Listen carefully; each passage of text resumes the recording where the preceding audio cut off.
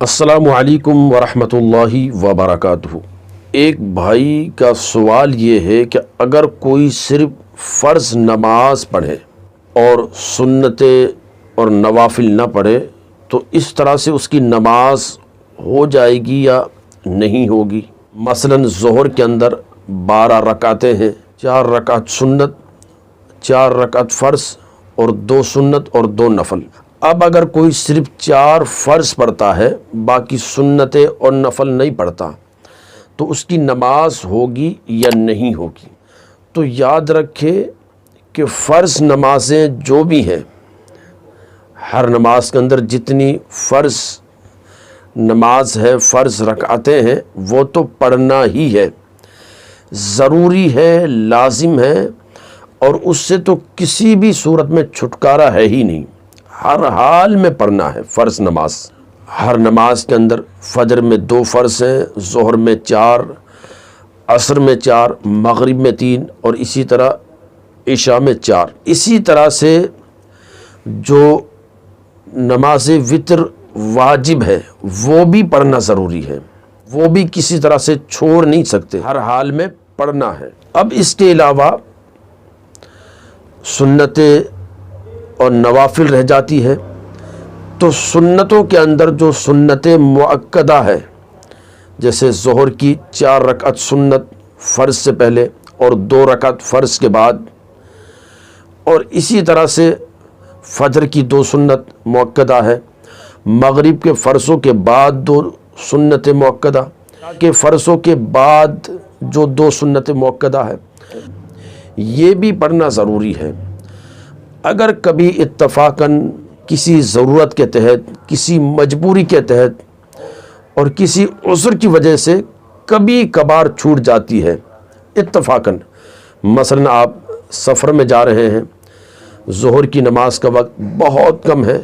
آپ فرض پڑھ کر نکل جا رہے ہیں، سنت آپ نے نہیں پڑھی، تو پھر شریعت میں گنجائش اور اجازت ہے، گناہ گار نہیں ہوں گے اتفاقاً اگر چھوٹ جاتی ہے تو۔ لیکن اگر کوئی عادت بنا لیتا ہے کہ عادتاً پڑھتا ہی نہیں ہے، عادت بنا لی ہے چھوڑنے کی سنت مؤکدہ، تو پھر اس پر مواخذہ ہے، گنہگار ہوگا۔ اب رہی اس کے علاوہ جو سنت غیر مؤکدہ اور نوافل، تو سنت غیر مؤکدہ جو ہے، جیسے عصر کے فرضوں سے پہلے کی 4 سنت غیر مؤکدہ ہے، اسی طرح سے عشاء کے فرضوں سے پہلے کی 4 سنتیں یہ بھی غیر مؤکدہ ہے۔ تو سنت غیر مؤکدہ کا حکم یہ ہے کہ اگر آپ پڑھتے ہیں تو ثواب ہے، اور نہیں پڑھتے ہیں تو کوئی گناہ نہیں ہے، یہ آپ کی مرضی پر ہے، پڑھے تو ثواب، نہ پڑھے تو کوئی گناہ نہیں۔ اسی طرح سے نوافل، جیسے ظہر کے اندر آخر کے 2 نوافل،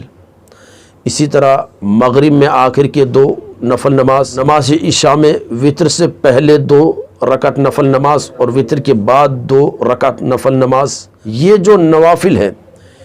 ان کا بھی حکم یہی ہے کہ پڑھے تو ثواب، نہ پڑھے تو کوئی گناہ نہیں ہے۔ تو خلاصہ یہ ہے کہ فرضوں کو تو ہمیں ہر حال میں پڑھنا ہے، واجب بھی ہر حال میں ادا کرنا ہے، سنت مؤکدہ بھی پڑھنا ہے، سنت غیر مؤکدہ اور نوافل جو ہے اس میں اگر